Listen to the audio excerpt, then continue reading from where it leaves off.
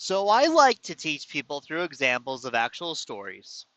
And I'm going to give you again another example on narcissism about a girl I knew. Her name was Marissa. She worked at a truck stop I used to go to in Lake Station, and she was very pretty.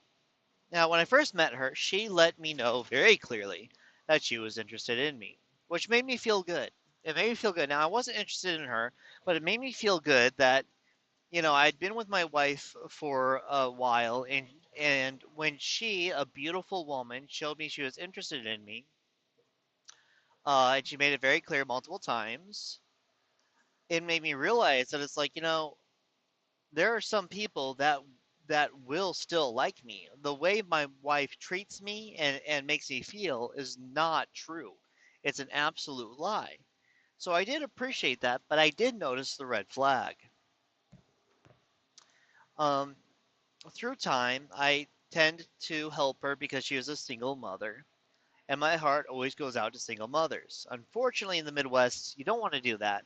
People out here will use you for everything you have, and it's just not a good idea. So I put a lot of work into fixing her car up and everything. She totaled it right away. And when I asked her if she would trust me to fix her car, she said one thing that's always bothers me. She said, I trust you with anything I could hand my whole life over to you, to let you handle it, run it, organize it for me. I would completely trust you with everything. And right there, I was like, okay, that's a problem. I've had a few girls say that to me before, and they've always been very crazy people, and they've turned on me for just no reason. It's very, very common. Um, so I handled the thing with the car, and she had a new coworker, right? I noticed that with the car, she felt entitled to me fixing it, and that was the other red flag. So we have two red flags. Then she gets a new coworker.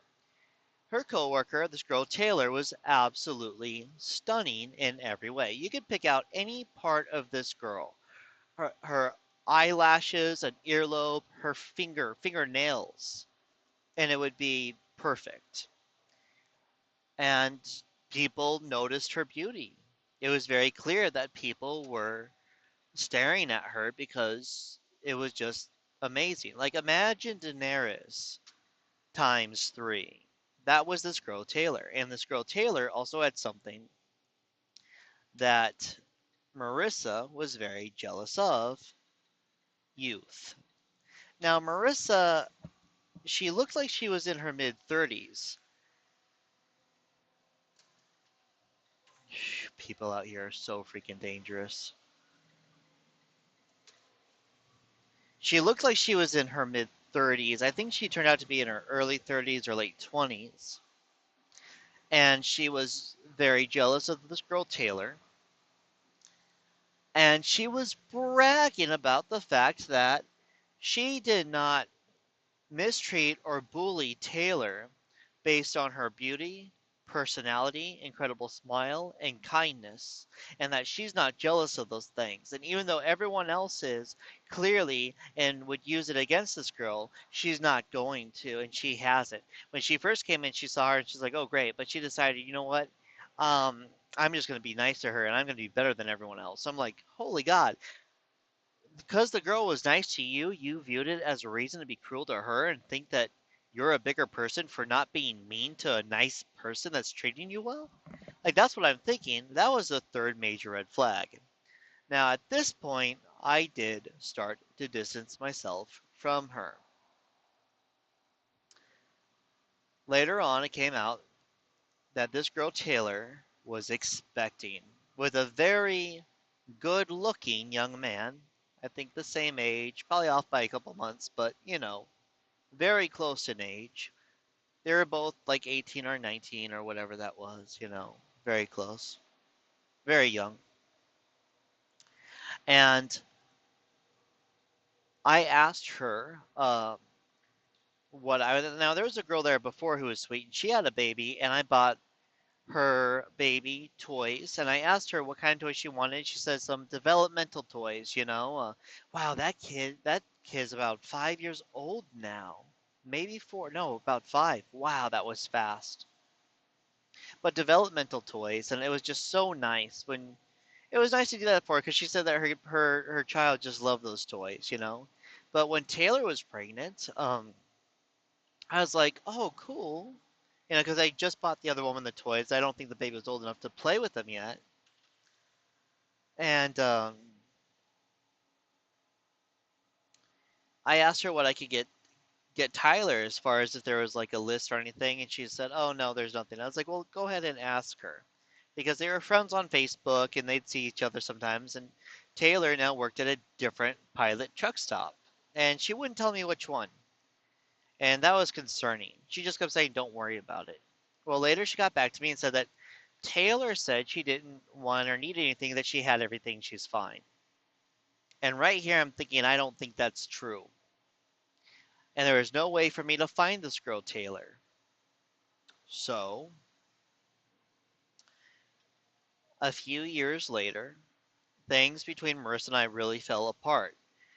Uh, I was talking to some new girls that were at the truck stop, and Marissa kept trying to talk to me because she wanted my attention, and she was angry I was talking to these girls because they weren't as attractive as her.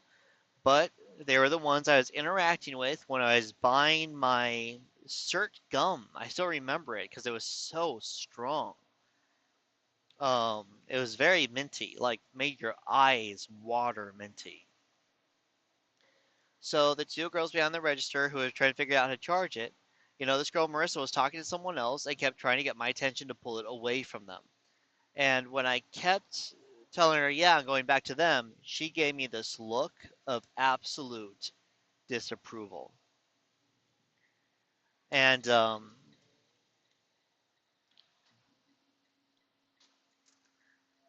I noticed that, and I knew right there at that point that this girl was going to turn on me then, and she did. She started saying all these lies about me, which she ended up turning everyone against her.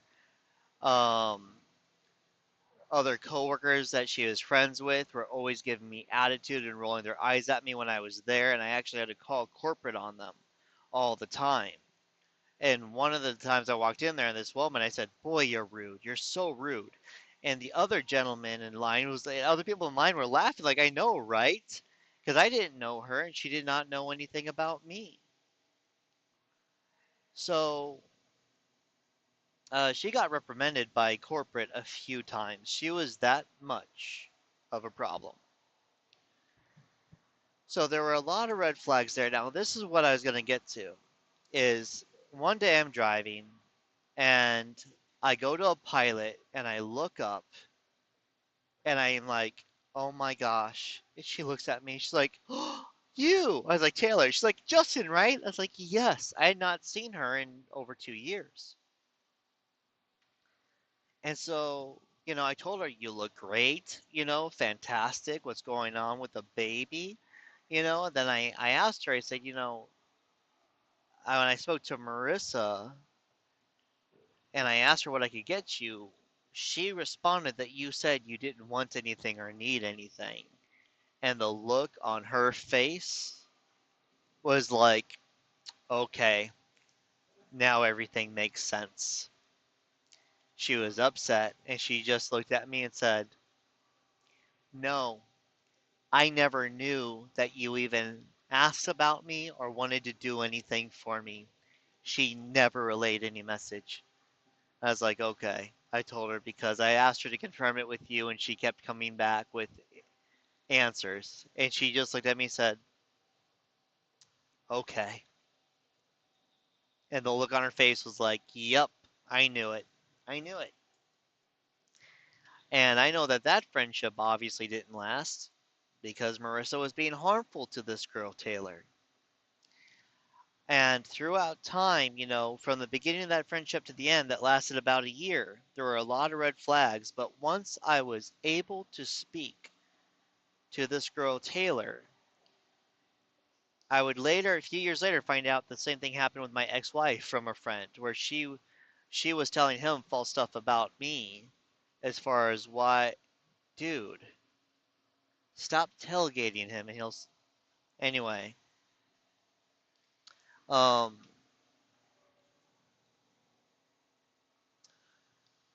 Anyway, it came down to the fact that when she told me that, my gut instinct was right. When I felt like it's like, okay, I don't think Taylor would just say no and not have an answer and not have any information. And that was the other red flag. Not so much that she came back with an answer that Taylor did not want anything from me, but that she just said, no, I'm fine. Because Taylor would not have done that. There would have been, an actual answer. And that's the other red flag. If someone is just very, like my mom did this with everything, there'd be a very complicated, detailed situation, and you'd ask about her, and she'd just come back with a very dismissive, brief, one or two syllable answer or response. Even if it had to do with communicating to someone else, it'd be the same thing. And you'd just be like, no, that person would not respond. That person would not respond in that way. You know what I mean? But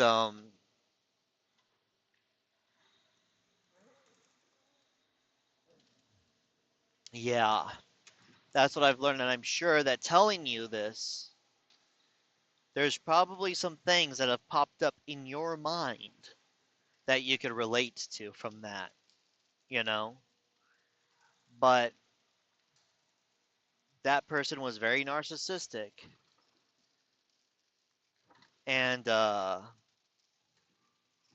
those are some of the things that I learned and knew to look out for when dealing with that person. God, I hope Taylor's good. I should track her down and see if, because she has two kids now, and it sure would be nice to send her like a late gift or something if I could. She is a very precious sweetheart. She would do art too. That was always very good. Just a sweetheart, you know. At my age, at 43, you see a girl like that, and you think, "Oh man, if I had a daughter and she was like that, I would be so happy and proud that that was my girl with a kind heart and just a sweet person that treats people well." Oh, to me, that's success right there. Is being a good person, and to have a child that be a good person. That's just it, man. Oh my gosh, that's just it's a wonderful thing. But anyway, I went on a rant. I don't think anyone's gonna watch this whole video. But what you gonna do? I know I'm not gonna watch this whole video. Maybe I will in the future. In a few years, I'll look back and be like, I remember that day. It was freaking cold outside.